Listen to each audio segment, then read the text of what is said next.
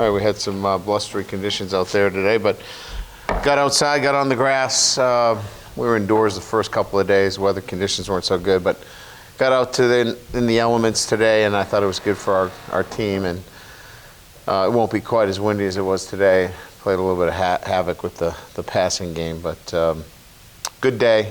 You know, we had to work a lot on the logistics of getting personnel in and out from the sidelines, which is a little bit more in depth than you might think. You know, trying to get your group down there, and it's a little bit more work. So we'll work on that again tomorrow and on Saturday as well. So questions? What do we got?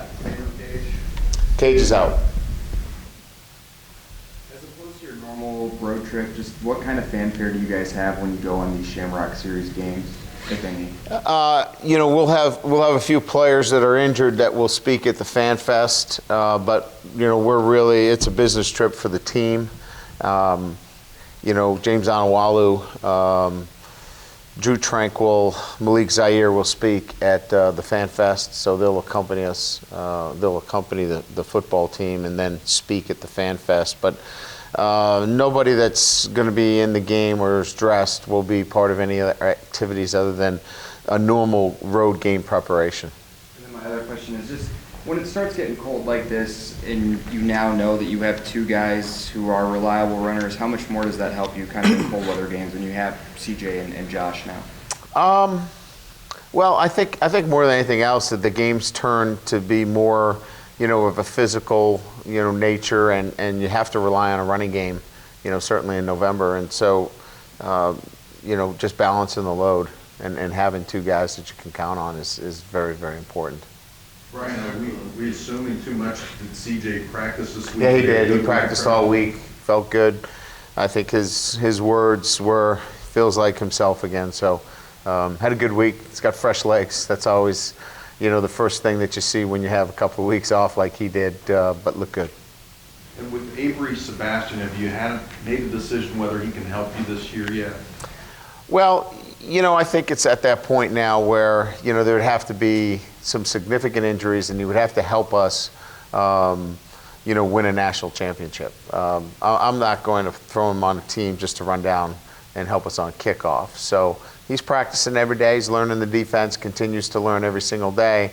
And if we get in a situation where we lose some frontline guys and we need to win, we'll play him. But if we don't have to, we won't. Substituting enough that might actually change how you go about it, and do you have to kind of talk to the officiating crew? You know, if it's in the red zone either direction, that's a bit of a hike for some guys. Yeah, so we're going to be allowed to leave the field from the boxes end at the 5-yard line. So let's say it's not our side, and we need to make some substitutions. We can leave from the 4-yard line to the back of the end zone and then go behind their team bench. We can never go and leave the field from the 5 to the 45, but we can leave from the 4 to the end line and then go back around. That's helpful. You still got to get your team from your 45 all the way down there.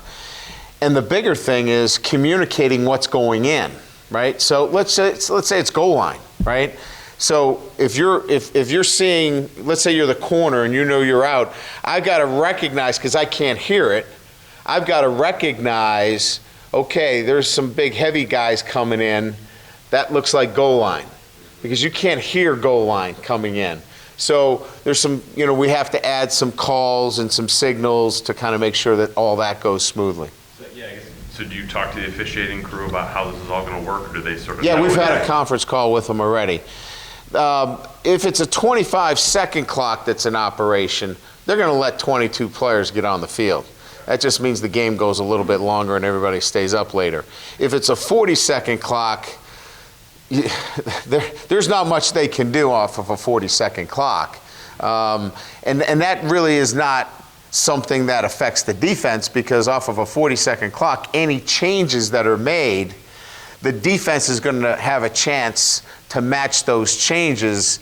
So it really falls on the shoulders of the offense that if there's any changes that are made down there, you better be ready to get the playoff quickly because you're the one now that is up against the clock. You were asked a bunch about Romeo the last couple weeks. I wanted to ask about, from the perspective of Coach Gilmore, and maybe instructionally, what impact you think he's had on him, and if that has anything to do with the way Romeo's playing right now. Well, he seems to have adapted to, less is more, from Keith's teaching. And sometimes it's just, not that Mike didn't do a great job. He does a great job at any position I've asked him to coach. But, sometimes it's just a connection. And I think when we asked less of him in terms of technique and what we wanted him to focus on, it's really helped him a lot. And he's blossomed because of it. Brian, you were asked about Justin a little bit from the Boston writers, your recruitment of him and so forth, but I'm curious, we haven't really had anything to ask you about with him since he fixed his mechanical problem. Can you just talk about what you've got out of him and what kind of confidence you have in him? Yeah, I have a lot of confidence in him because he's really diligent in his routine, his preparation, attention to detail. He's not somebody that has ups and downs. He's not affected by elements. Like, for example, today, very blustery conditions, missed a kick, and didn't go and start tweaking with his mechanics, or I'm going to kick the ball outside the right upright. Just, look, I got a breeze here, I'm going to kick it, and here's my target line. I'm going to start it on this line. That's all I can do. And I like that approach to the way he goes to work every single day. He picks his line, he sticks to it, he's committed to it. And I think that's the mark of a really good specialist. And I think that's what a lot of the kids respect about him.